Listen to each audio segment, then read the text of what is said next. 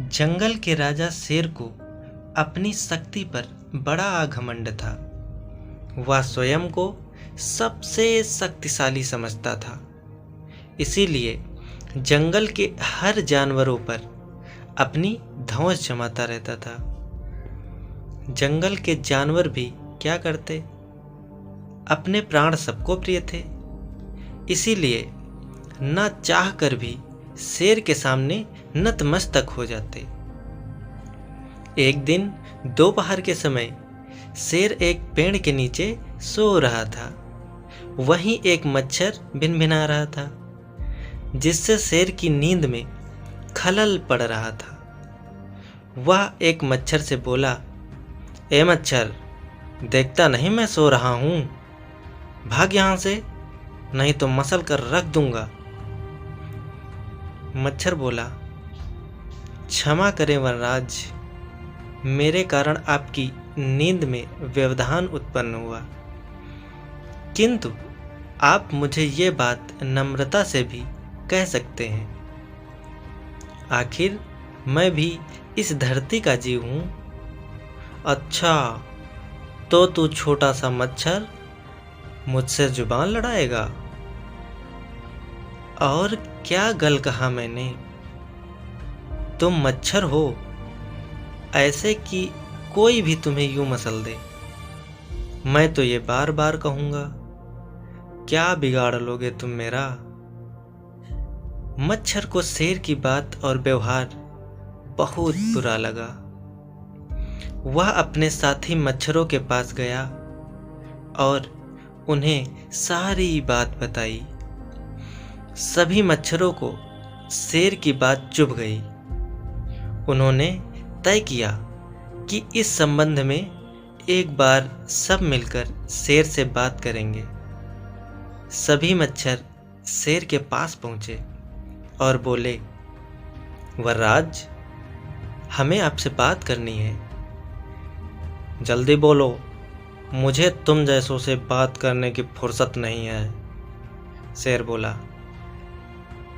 वरराज, आप होंगे बहुत शक्तिशाली, किंतु इसका अर्थ ये कतई नहीं है कि आप अन्य जीवों और प्राणियों का मजाक उड़ाएं या उन्हें नीचा दिखाएं। ये मच्छर ने कहा, मैंने जो कहा सच कहा। मैं सबसे शक्तिशाली हूँ और मुझे कोई हरा नहीं सकता। घमंड में चूर शेर गरजा, ऐसा नहीं है। अगर आप शक्तिशाली हैं तो हम में भी इतना सामर्थ्य है कि आवश्यकता पड़ने पर हम किसी का भी सामना कर सकते हैं और उसे हरा भी सकते हैं। हम आपको भी हरा सकते हैं। मच्छर भी चुप ना रहे। यह सुनकर शेर हंसते हुए बोला, तुम लोग मुझे हराओगे? तुम लोगों की इतनी हिम्मत कि मेरे सामने आकर ये बात कहो? मेरी शक्ति का अंदाजा नहीं है तुम्हें, अन्यथा ऐसा कभी नहीं कहते। अभी भी समय है, भाग जाओ यहाँ से, नहीं तो कोई नहीं बचा पाएगा। शेर के घमंड ने मच्छरों को क्रुद्ध कर दिया। उन्होंने ठान लिया कि इस शेर को मजा चखा कर ही रहेंगे। वे सारे एकजुट हो गए और शेर पर टूट पड़े। वे जगह जगह उसे काटने लगे। वह दर्द से कराह उठा। इतने सारे मच्छरों का सामना करना उसके बस के बाहर हो गया। वह दर्द से चीखता हुआ वहां से भागा, लेकिन मच्छरों ने उसका पीछा नहीं छोड़ा। वह जहां भी जाता वे भी उसके पीछे जाते और उसे काटते। आखिरकार शेर को झुकना पड़ा उसने हार मान ली। वह मच्छरों के सामने गिड़गिड़ाने लगा, मुझे बख्श दो, मुझसे गलती हो गई। जो मैंने तुम्हें तुच्छ समझकर तुम्हारा मजाक उड़ाया और तुमसे बुरा व्यवहार किया। आज तुमने मेरा घमंड तोड़ दिया है। अब मैं कभी किसी को नीचा नहीं दिखाऊंगा।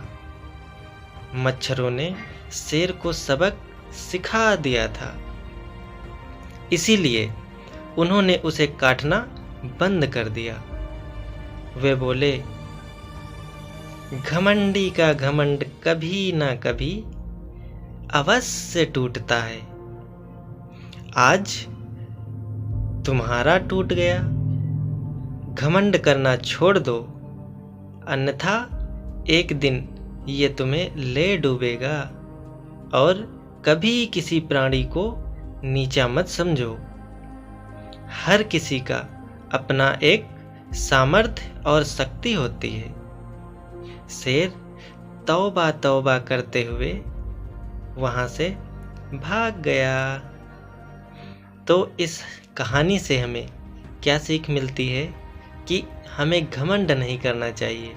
यदि आप जीवन में किसी चीज़ का भी घमंड करते हैं तो आप कहीं ना कहीं किसी ना किसी जगह पर अवश्य एक बहुत बड़ी समस्या में फंस जाएंगे और आपको झुकना ही पड़ेगा, जैसे यहाँ पर शेर को झुकना पड़ा।